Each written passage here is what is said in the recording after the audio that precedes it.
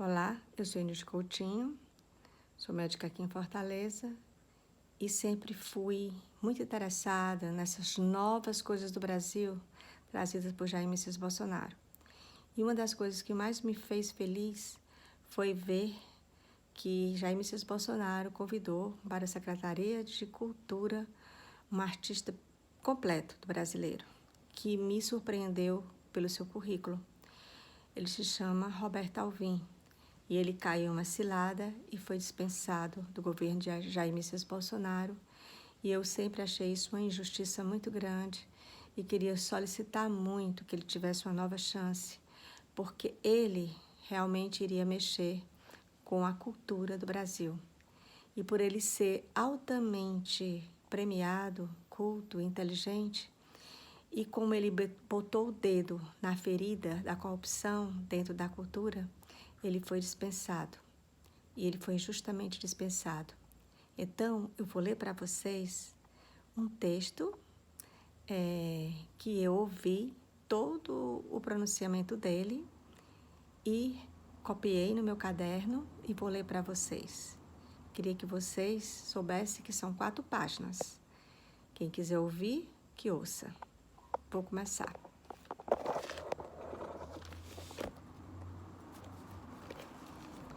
No dia 17 de janeiro de 2020, texto de Roberto Alvim, secretário de Cultura do governo de Jair Messias Bolsonaro, presidente do Brasil.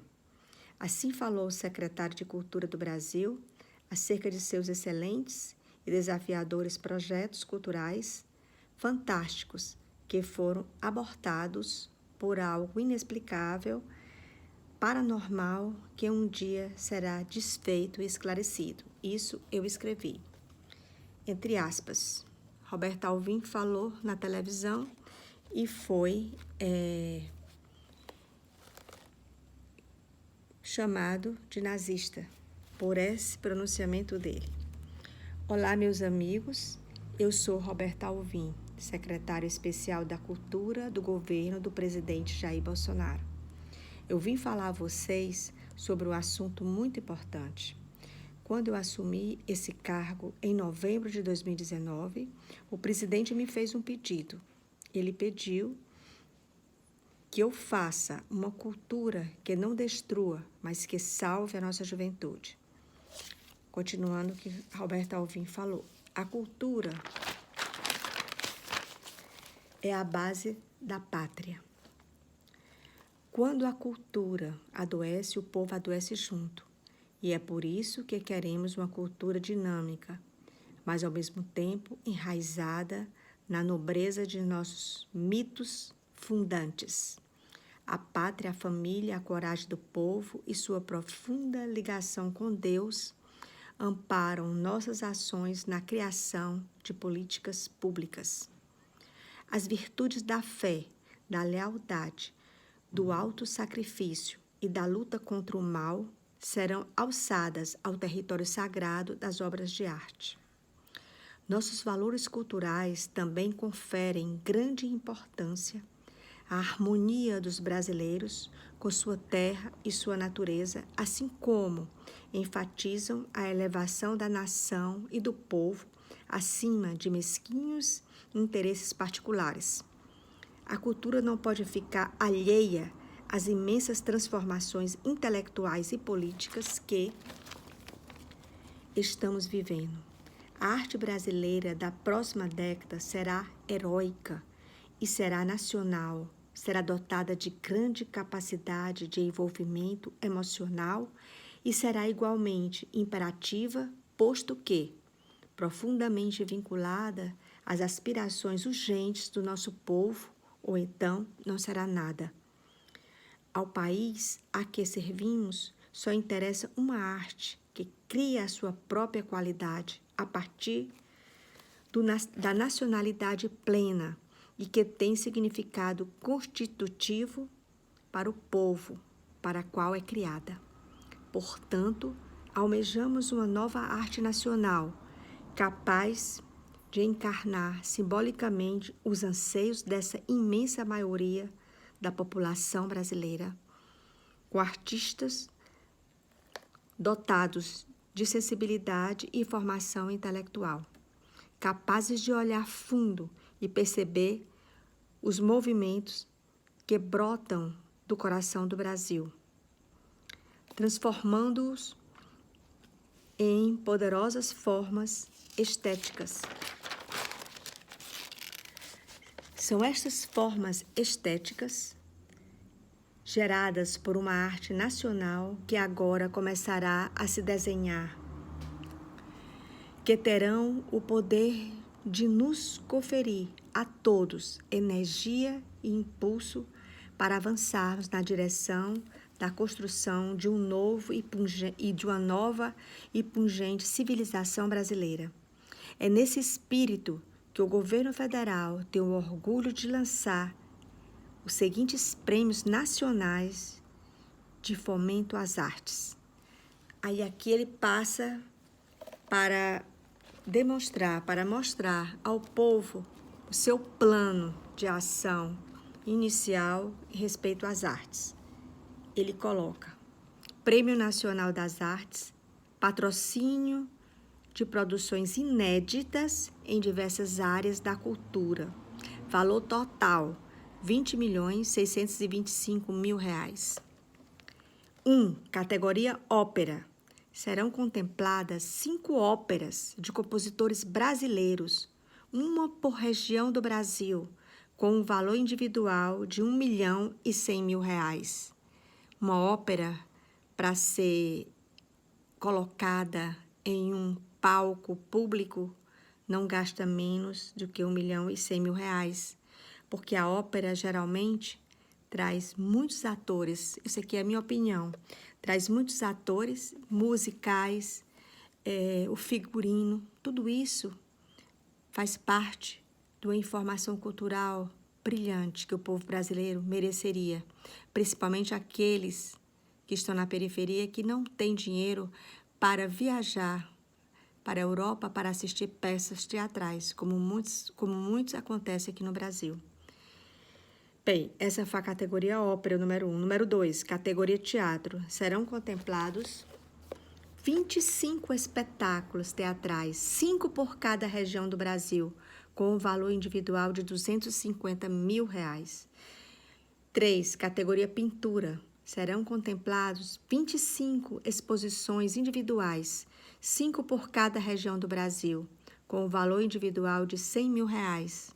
O prêmio que lhe dará, né? Que lhe daria. Categoria escultura. Olha que coisa interessante. Nunca ninguém pensou nisso, né, no Brasil. Categoria escultura. Serão contempladas 25 exposições individuais, 5 por cada região do Brasil, com o valor de R$100.000. 5. Categoria literatura. Contos. Serão contemplados 25 contos inéditos, 5 por cada região do Brasil, com o valor individual de R$25.000 por cada escritor. Imagine, senhores, imagine 25 contos de brasileiros que têm guardado os seus contos sem ter chance de lutar contra a Lei Rouanet, por exemplo, que não contempla isso. A Lei Rouanet, que só premia músicas tendenciosas, digamos assim, cansativas, que não mudam. E esses que estão querendo mostrar escultura, pintura, um instrumento que saiba tocar, não são visados pela cultura do Brasil. Esse era o plano de Roberto Alvim, mas continuemos. Categoria literatura, já falei. Categoria música. Serão contemplados 25 compositores brasileiros, 5 por cada região, com um valor individual de R$100.000. Categoria Histórias em Quadrinhos. Serão contemplados 15 quadrinistas, 3 por região do Brasil, com um valor individual de R$50.000. Não sei se vocês sabem, mas tem uma faixa da juventude que desenha muito bem história em quadrinho aqui no Brasil. Geralmente, esses artistas, assim que eles saem da sua faculdade, geralmente eles Eles contemplam uma faculdade que possibilita ele viajar para outro país para poder empregar o conhecimento e a técnica em quadrinhos. E ele, Roberto Alvim, tinha essa visão. Então, a categoria em quadrinhos já falei, e ele finaliza com o seguinte texto: o edital do prêmio será lançado em janeiro de 2020. Os resultados serão divulgados em abril e os prêmios pagos em maio.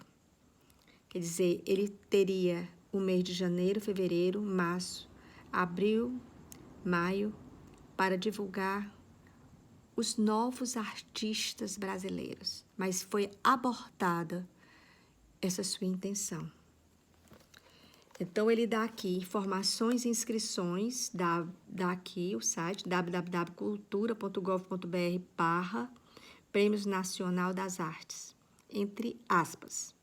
O Prêmio Nacional das Artes gerará milhares de empregos, assim como uma ampla capacitação profissional de formação de público, configurando um panorama das maiores realizações artísticas oriundas das 5 regiões do Brasil.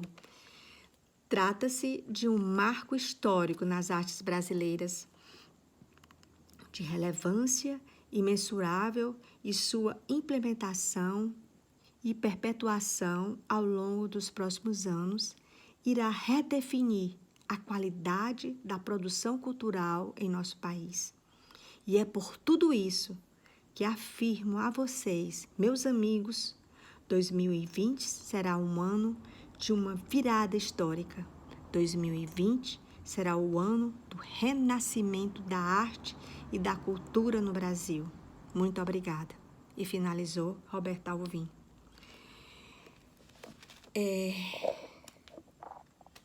Eu não consigo me conformar com a retirada tão brusca de um artista com um pensamento tão amplo, tão aberto às artes de todo o Brasil. Artes adormecidas que não têm chance de aparecer. São artistas que nunca colocaram a sua arte em público por não ter chance, não ter apoio, não ter abertura. E ele ia fazer nas 5 regiões do Brasil toda essa revolução. E quando ele chegou ali, muito cansado, para fazer aquele discurso de abertura, mas teria que cumprir o horário e a meta que era naquele dia, é anunciar para o Brasil esse grande sonho desse artista, ele foi considerado imediatamente um nazista, um copiador de nazista. Isso é ridículo para o povo brasileiro. Veja a bagagem desse homem. Veja o que ele tinha para dar à juventude. Veja o planejamento dele, os detalhes, a abertura e a justiça que ele tinha por cada artista do Brasil. O jovem que nunca teve chance. Aquele que gostaria de se apresentar como violinista. Aqueles prêmios que incentivariam as escolas públicas de arte, de música. E Roberto Alvim foi cortado e lançado ao fogo, como na Idade Média faziam. Eu queria muito que Jair Messias Bolsonaro desse mais uma chance a esse homem. Esse homem é fantástico, só que ele colocou o dedo na Lei Rouanet e prometeu que ia averiguar tudo o que aconteceu nos últimos anos a respeito da arte no Brasil, do envolvimento com coisas ilícitas, inclusive. A corrupção tomou conta. E a corrupção, nesse momento em que Roberto Alvim estava com tudo planejado, aconteceu esse caos. Ele foi decapitado. Ele morreu? Não, ele não morreu. Só precisa que Jair Messias Bolsonaro se volte para ele e dê mais uma chance a esse homem. Dele fazer um trabalho na arte para a juventude do Brasil. O senhor pediu, Jair Messias Bolsonaro, o senhor pediu para que ele cuidasse da juventude. E o plano dele era esse. E ele, infelizmente, caiu na cilada, uma cilada bem feita, porque aproveitou do encanto que ele tinha em transformar a juventude do brasileira semelhante, competitivamente com os jovens da Europa, e foi tolhido para que o funk, para que várias músicas que persistem, insistem e não dão chance a ninguém, como o sertanejo, como as outras músicas. Não é que eu seja contra nenhum tipo de música nem de arte, mas eu acho que deveria haver uma abertura para os novos temas, para os novos tipos de arte que Roberto Alvim queria colocar. Eu vou só abrir aqui, vou ler a opinião de um maestro, compositor e diretor de teatro e ensaísta,